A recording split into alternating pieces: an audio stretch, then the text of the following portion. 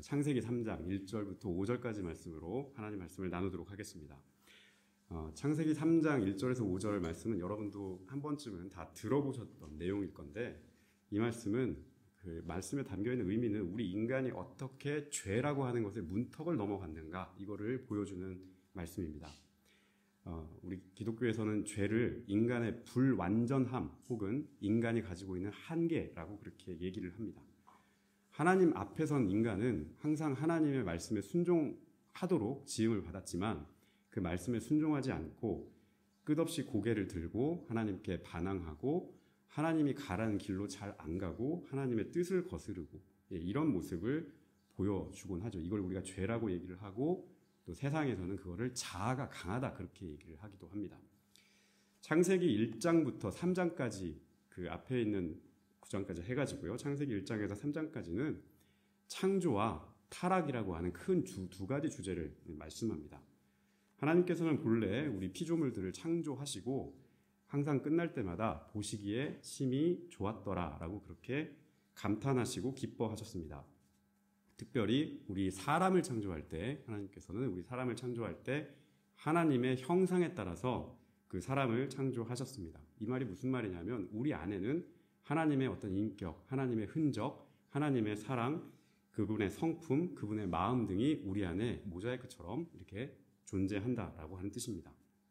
그런데 그 하나님의 형상이 부서지고 깨졌습니다.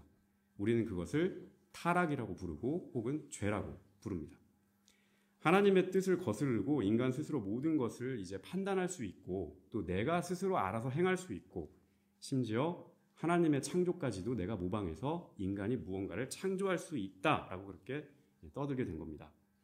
하나님 앞에서 나는 부족한 사람이고 나는 한계가 있는 사람입니다 라고 이렇게 인정하고 겸손하게 나아가기는커녕, 하나님이 없어야 더 많이 가질 수 있고, 하나님이 없어야 내가 더 넓힐 수 있고, 하나님이 없어야 내가 더 성장하고 커질 수 있다라고 그렇게 얘기하게 된 겁니다. 하나님께서 우리에게 명령하신 어떤 문턱이 있습니다. 시골집에 가게 되면 방과 마루 사이에 턱이 하나 있죠. 그 경계입니다. 그 턱이 있습니다. 접근하지 말라는 이 턱이 있는데, 그 한계를 넘지 않으면서 우리가 함께 살고 하나님 앞에서 겸손하게 살고 그리고 절제하면서 살아가도록 우리가 지음을 받았는데, 우리 인간은 그것을 넘어가서 남을 누르고 남을 꺾고 그렇게 살려고 합니다. 누르고 꺾어야 하기 때문에 그 사이사이에 남을 내려치기 하기도 하고 남을 이간질하기도 하는 그런 범죄된 연약한 모습을 보이기도 합니다.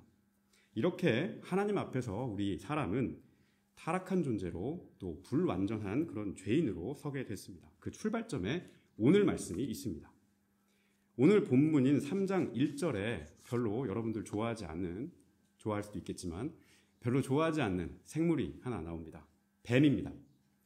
3장 1절은 뱀이 하나님이 만든 모든 들짐승 가운데서 가장 간교하더라라고 말씀합니다. 이 간교하다라고 하는 말의 원래 뜻은 영리하다, 신중하다 이런 뜻입니다. 근데 이 말을 부정적으로 사용하게 되면 교활하다, 기회주의적이다 이런 뜻입니다. 그러니까 이 뱀은 기회를 잘 포착해서 파고드는 능력이 아주 좋은 그런 능력을 갖춘 동물이었다 그 말이죠.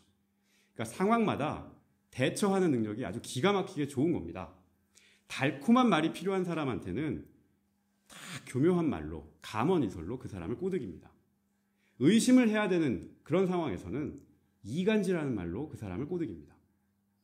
그 사람이 마음속에 어떤 불평이 있어서 그 불평을 끄집어내고 싶어야 하는 그런 상황에서는 아픈 곳을 톡톡톡톡 건드리면서 불평하게 만들고 불안하게 만들고, 네가 지금 고생하는 거 있잖아, 저것 때문이다 이런 식으로, 저 사람 때문이야, 쟤 때문이야 이런 식으로 그 마음 가운데 뭔가를 계속 끄집어내는 아주 비상한 두뇌를 가지고서 사람을 현혹하는 존재가 바로 뱀입니다. 뱀이 첫사람인 아담의 아내였던 하와, 이 하와에게 오늘 다가와서 말합니다. 하나님이 정말로 너희에게 동산 안에 있는 모든 나무의 열매를 먹지 말라고 하셨느냐? 이렇게 물어봤어요. 먹지 말라고 했지? 라고 물어봤어요. 뱀의 이 말을 자세히 보면요, 어떤 말이 숨겨져 있습니까? 정말로, 정말로 먹지 말라고 하시더냐? 정말로? 진짜? 이 말입니다. 하나님이 정말로 그랬어? 라고 물어보면서 상대방에게 진짜 그랬나? 의심을 불러일으키게 하는 거죠. 이것은 하나님과 하와의 사이를 이간질하려고 하는 뱀의 계획입니다.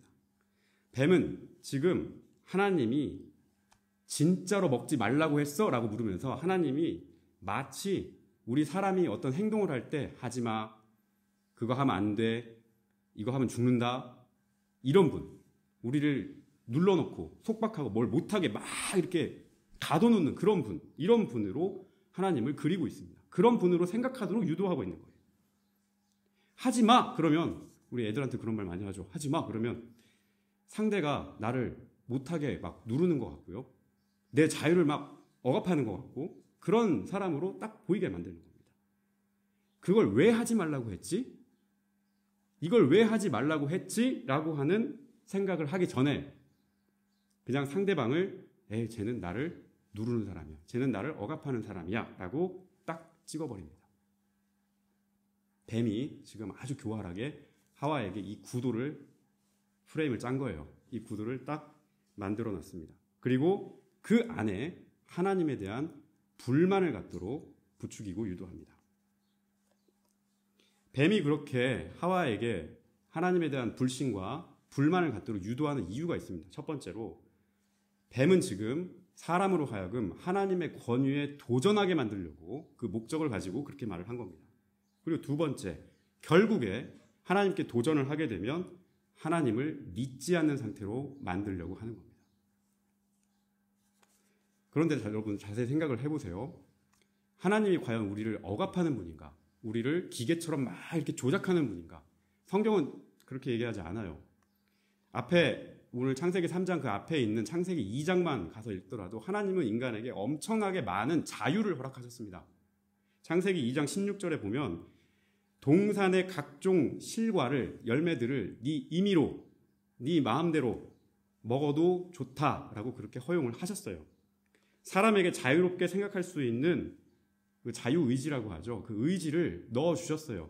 자유롭게 행동할 수 있고 자유롭게 판단할 수 있는 그 범위를 우리에게 허락하셨던 겁니다. 근데 다만 한 가지, 너가 창조된 사람으로서 넘지 말아야 하는 그거 하나를 넘지 말라는 겁니다. 그 경계를 우리에게 말씀하신 거예요. 근데 뱀은 이것을 크게 부각시킨 겁니다. 하나님이 우리에게 주신 그 복, 우리에게 주신 자유, 그 사랑, 이런 것들 다 있고 이거 하나만 놓고 야 이거 하지 말라고 했잖아. 그러니까 하나님은 이런 분이야, 이런 분이야, 이런 분이야, 이런 분이야. 지금 이렇게 얘기하는 거예요. 마치 하나님이 우리의 자유를 억압하는 분인 것처럼 착각하도록 교묘하게 논리를 만들어냈습니다. 이 뱀이 꼬드긴 거에 하와가 넘어갔습니다. 3장 3절에서 하와가 이렇게 얘기를 해요. 동산 한가운데 있는 나무 열매가 있는데 그 나무 열매는 먹지도 말고 만지지도 말라라고 하셨다라고 하와가 말을 합니다. 여기에서 하와는요, 하나님이 말씀하지 않은 얘기를 하나 덧붙였어요. 창세기 2장 17절을 보게 되면 하나님이 아담과 하와에게 선악을 알게 하는 나무의 열매는 먹지 말라라고 말씀하셨어요. 먹지 말라, 이거 하나만 얘기했어요. 먹는 날에는 내가 반드시 죽으리라. 이 먹지 말라라고 하는 명령에 하와가 하나를 덧붙였어요. 만지지도 말라. 먹지 말라. 하나님 여기까지만 얘기했는데 하와는 하나 플러스 만지지도 말라 그렇게 얘기했다고 하나님이 하지도 않은 말씀을 자기가 덧붙였어요. 거기다가. 하나님의 명령을 자기 스스로 더 엄격하게 받아들인 겁니다. 제 멋대로 하나님을 엄격한 분, 하나님이 내 자유를 억압하는 분, 이런 분으로 자기가 막 상상해서 하나님 만든 거예요, 지금. 그러니까 하나님이 어떻게 됐어요? 마치 이거 내 거니까 보지 마, 쳐다보지 마, 너. 막 이런 좁쌀영감 같은 하나님이 나온 거예요, 여기에서. 이런 유치한 하나님. 이런 하나님으로 지금 그 머릿속에서 계속 만들어가고 있는 겁니다. 하나님에 대한 이제 불신이 그 마음속에서 싹 트고 있는 겁니다. 그래서 있지도 않은 말, 하지도 않은 말까지 마구마구 상상해갖고 덧붙여가지고 하나님을 이런 분으로 내가 뭉게뭉게 만들어 가는 이 과장까지 하게 됐어요. 하와가 뱀의 유혹에 완벽하게 넘어간 겁니다. 뱀은 하와가 하나님을 불신하게 만드는 목적을 달성을 한 거예요. 이제 하와의 머리와 하와의 마음속에는 하나님을 신뢰하는 자리가 사라졌습니다. 그 자리에 하나님이 앉아있지 않아요. 하나님은 의심의 대상이고 내가 믿기 조금 어려운 그런 불신의 대상이고 조금 더 나아가면 내 자유를 억누르는 그런 존재일 뿐입니다. 이 빈자리를 뱀이 차고 들어옵니다. 하나님이 떠나간 그 자리를 뱀이 차고 들어옵니다. 뱀은요, 이제 자기가 마치 하나님인 것처럼 하와에게 아주 단호하게 말합니다. 4절 말씀을 보시면 뱀이 뭐라고 얘기합니까? 4절 말씀 한번 띄워주십시오. 이건 한번 같이 읽고 가시죠. 예, 4절 말씀 한번 같이 읽겠습니다. 시작.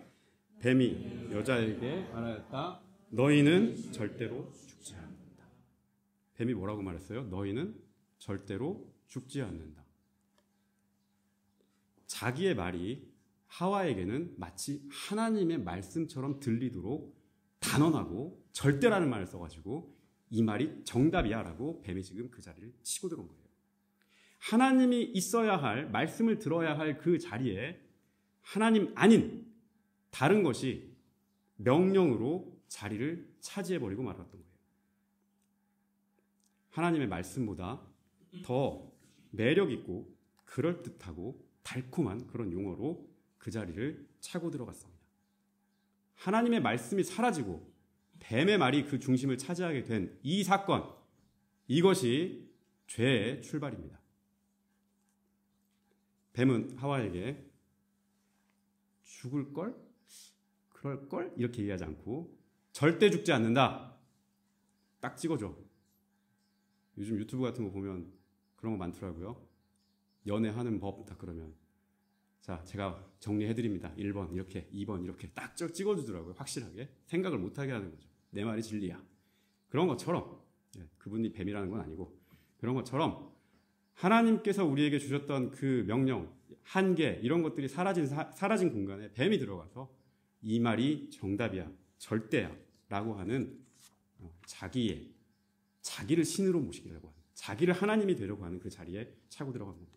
어떻게 절대라는 말을 그렇게 함부로 사용할 수 있을까요? 어떻게 그렇게 자신 있게 쓸 수 있을까요? 그렇지 않으리라고 어떻게 장담할 수 있을까요? 그런데 하와의 마음속에는 이미 하나님이 떠나가고 하나님을 불신하고 하나님을 의심하고 이 싹이 자라나고 있었고 그 싹이 자라는 이상 뱀의 이 말은 또 다른 확신이고 또 다른 믿음이 되어버렸습니다. 마귀가 우리 생활에서 우리를 유혹하는 교활한 수법입니다. 하나님에 대한 의심이 싹 트는 그런 자리가 있으면 마귀는 그 틈을 놓치지 않습니다. 하나님을 먼저 의심하게 하고요. 그분의 말씀도 의심하게 합니다. 지금까지 하나님께서 내게 베풀어 주셨던 사랑이나 은혜나 감사나 이런 것들 다 잊어버리고 나한테 잘못했던 거, 서운하게 했던 거, 나 힘들게 했던 거, 힘들 때 안 도와줬던 거 이런 것들 막 부풀립니다. 더 부풀려서 그래서 하나님 의심하고 하나님 미워하고 하나님 왜 이래요? 라고 그런 분을 억압의 대상으로 나를 도와주지 않는 사람은 아니고 나를 도와주지 않는 분으로 그렇게 하나님을 바꿔치게 합니다. 그리고 그 하나님이 우리 안에 사라진 그 자리에 하나님 말씀이 떠나가 버린 그 자리에 마귀는 자기의 말을 심습니다. 자기 말이 마치 하나님의 말씀인 것처럼 확신에 차서 그 마음을 사로잡습니다. 하나님이 얼마나 우리를 아끼고 사랑하는지를 보지 못하게 의심하고 불신하고 이 의심과 불심이라는 안대를 딱 씌워버립니다.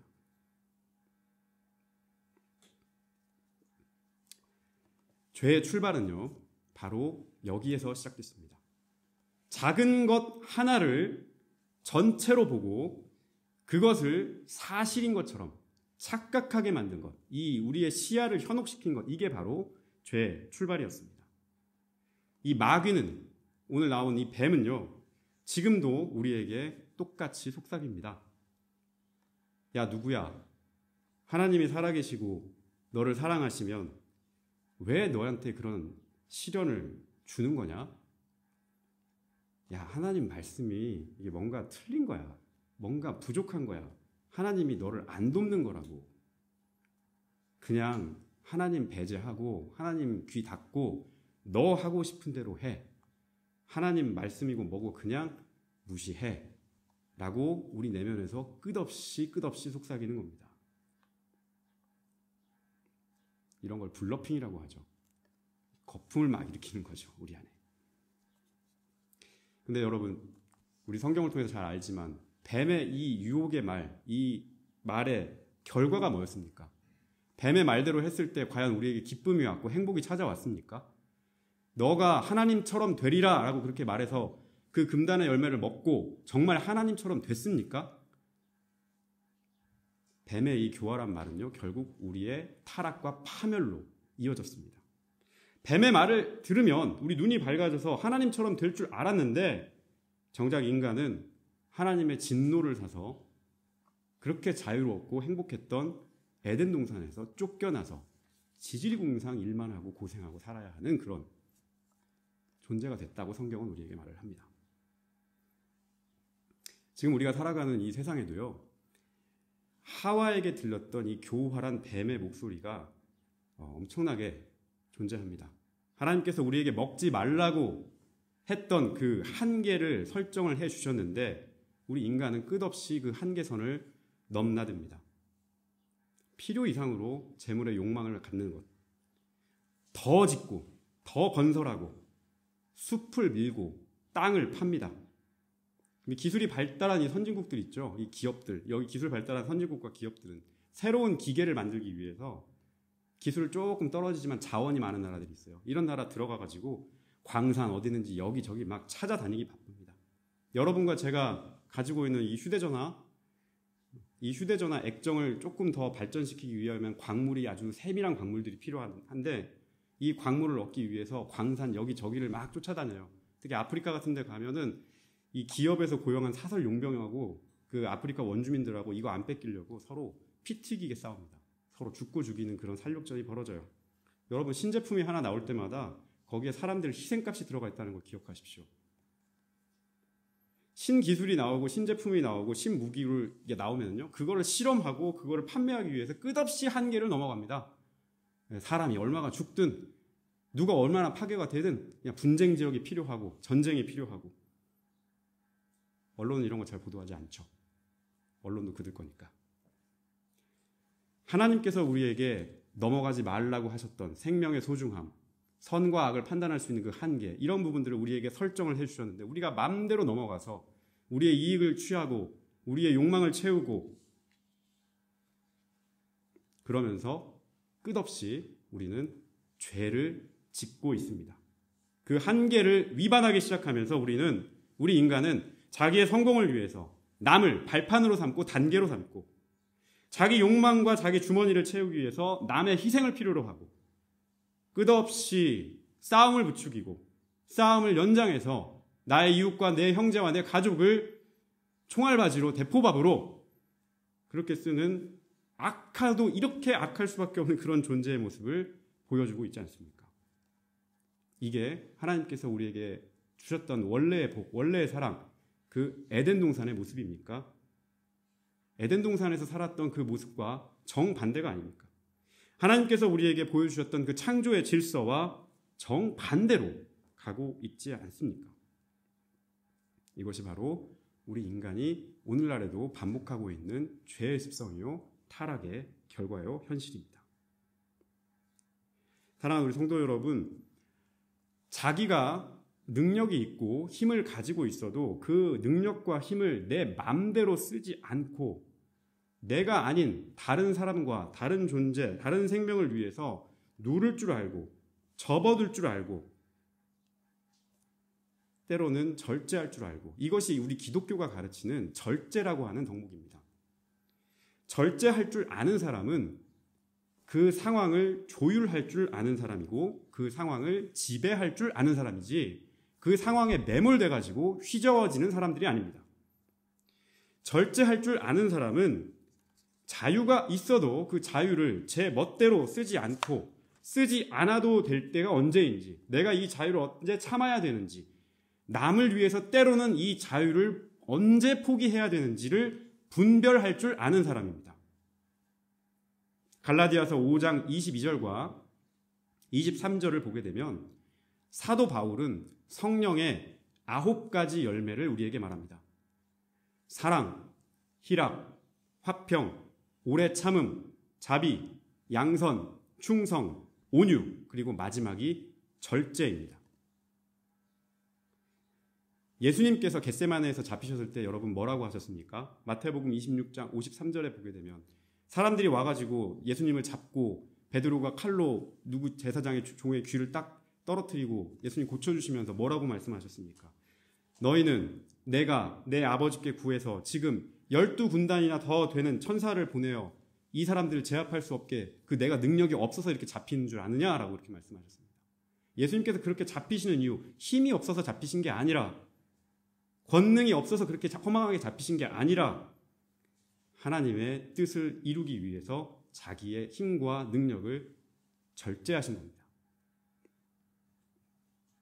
이 한계라고 하는 것은 하나님께서 오늘 우리에게 허락하신 이 에덴 동산의 한계, 넘어가지 말라라고 하는 이 한계는 오늘 우리에게 절제하면서 사는 삶, 우리가 가지고 있는 힘을 마음대로 내 마음대로 다 퍼뜨리지 않고 어느 시점까지 내가 여기 한계를 넘어가지 않겠다라고 하는 이 절제의 삶을 우리에게 요구한다는 사실 여러분 기억하시기 바랍니다.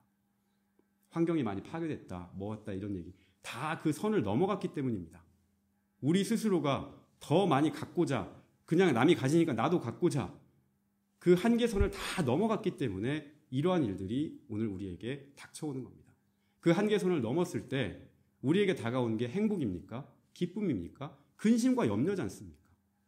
우리 그리스도인들이 이 절제의 미덕을, 이 절제의 덕을 마음속에 잘 새길 수 있기를 소망합니다.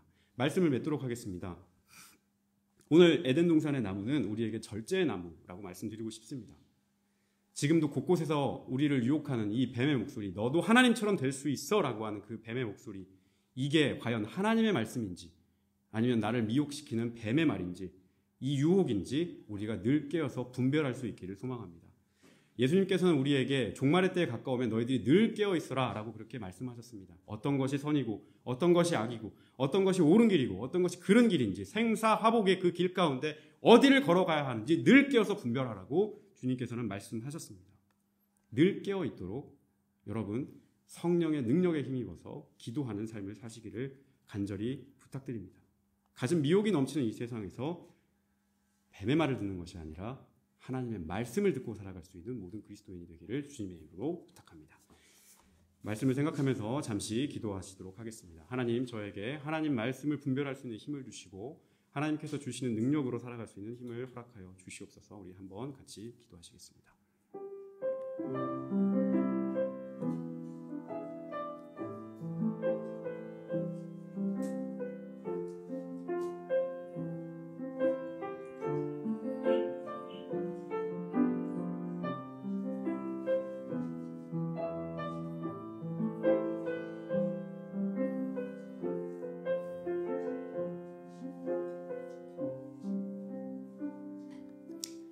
사랑하는 하나님 아버지, 감사합니다. 그 옛날 하와를 미혹해 했던 뱀의 간교한 뱀과 같이 이 세상에도 우리를 넘어뜨리고 미혹하는 여러 소리가 넘쳐납니다. 하나님의 말씀을 점점 듣기 어려운 시대를 살아가는 우리를 불쌍히 여겨주시고 어떤 판단을 할 때나 어떤 일을 선택할 때나 맑고 깨끗한 영으로 하나님께 깊게 기도하고 그 말씀에 의거해서 나아갈 수 있게 하여 주시옵소서. 연약한 우리는 참으로 이리 휘둘리고 저리 휘둘리는 부족한 존재입니다. 그러나 우리를 주님께서 강하게 붙들어 주시고 우리 안에 늘 성령으로 충만케 하셔서 하나님 뜻대로 만사 승리할 수 있도록 역사하여 주시옵소서. 거룩하신 예수님의 이름으로 기도하였습니다. 아멘.